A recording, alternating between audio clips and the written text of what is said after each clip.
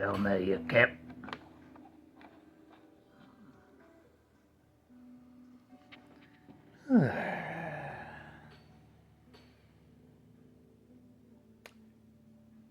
Back was feeling better yesterday, then I made the mistake of raking.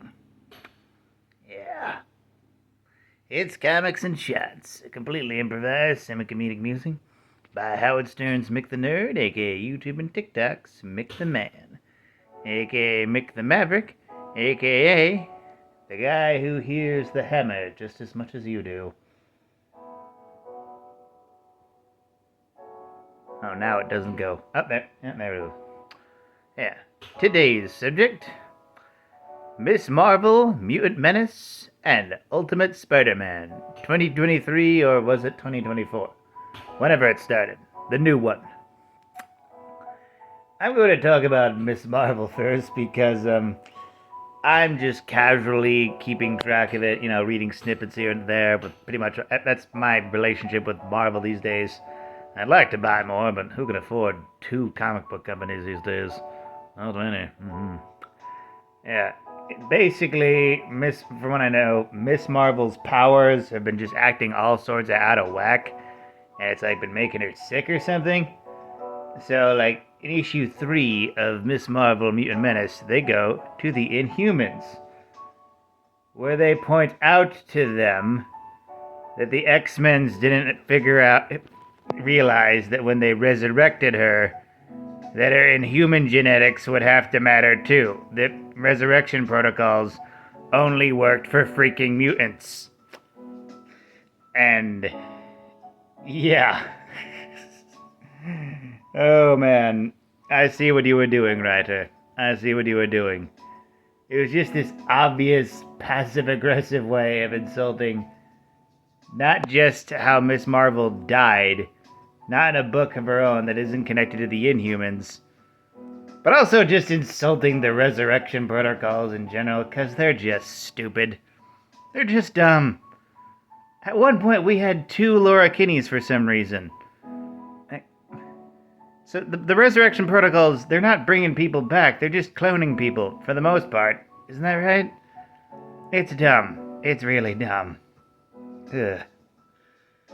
And, it's like, I know why they made her a mutant in the comics, brand synergy with the show, but they could have done that literally any other way. Like, just have it be like it seems like some weird stuff's going on, she starts glowing or whatever, and then she just shoots some laser beams or whatever, like in the show.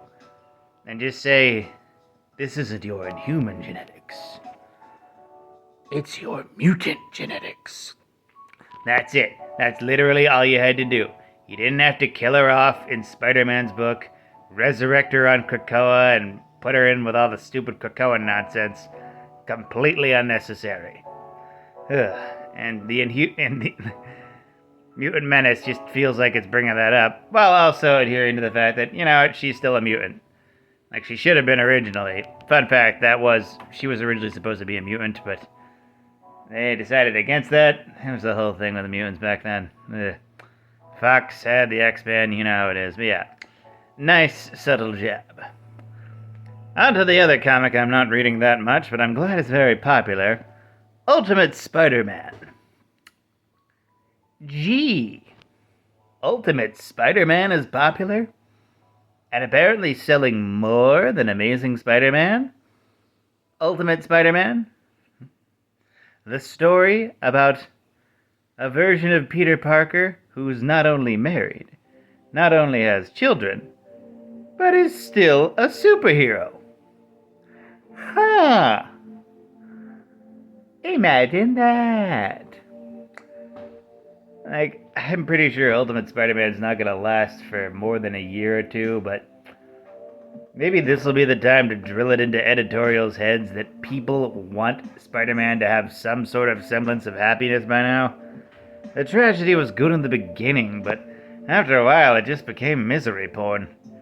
And also just how they keep backpedaling on, like, having MJ and Peter stay together. The introduction of Paul, Jesus Christ. Why did he shove Spider-Man outside the hole instead of Mary Jane? That made no sense. They were supposed to like, oh yeah, Paul and MJ are in love, but it's like MJ, he was like, no, their relationship was based on Stockholm syndrome.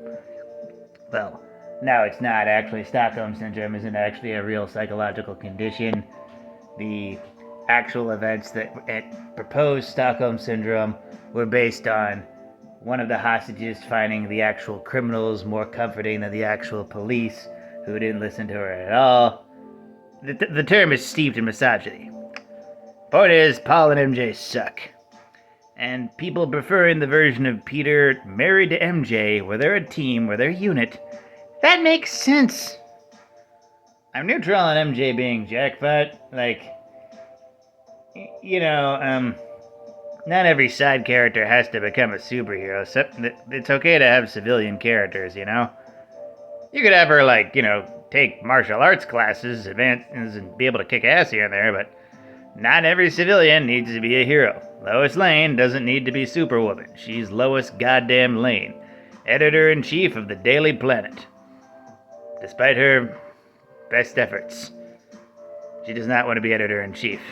I mean, hell, the woman can barely spell her articles correctly. You think she wants to edit like all the other ones? Ugh. Gonna need an editor for the editor-in-chief. That's the Daily Planet. Yeah. Ugh.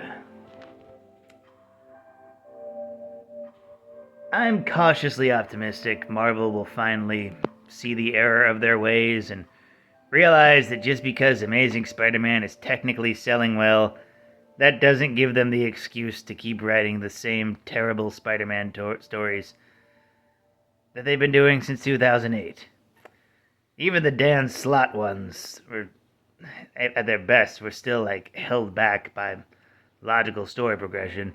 And Nick Spencer, while you did make Captain America a Nazi, you did try to redeem yourself by trying to retcon one more day, so God bless you for that.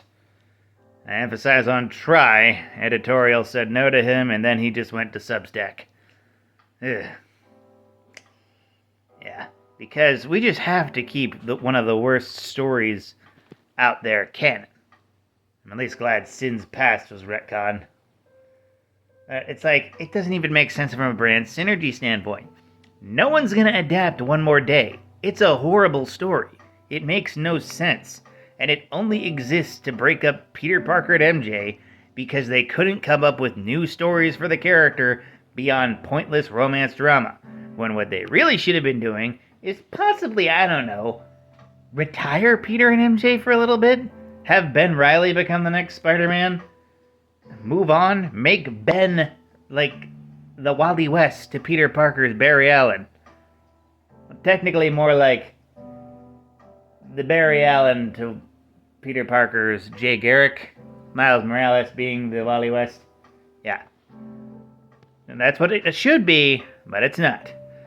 Instead, we're just in this same old cycle. And Zeb Wells, if you're listening to this, I know you're a good person, and I'm pretty sure your run had actual good ideas when you pitched it. But the execution was absolutely terrible, and as a Spider Goblin is just kind of like an old hat idea. If it's an idea that I had when I was 12 years old, you probably shouldn't do it in an official comic. That's my opinion. Seriously, the Spider Goblin, that was an action figure, like in the 90s. There's also like a Spider Bat or something, where Venom gets bitten by Vampire, yeah. Venom gets bitten by Michael Morbius and becomes this weird, horrifying thing. It's great. That's what I say about modern Venom, the better. That's a confusing sack of nonsense all to itself. Well. Hope for the best, expect modern Marvel. With that, like, comment, and subscribe. Donate if you're feeling nice. Share it with a bear. And always remember, praise be to the Blood Elk, fear the Stabopotamus, and death to Kronos.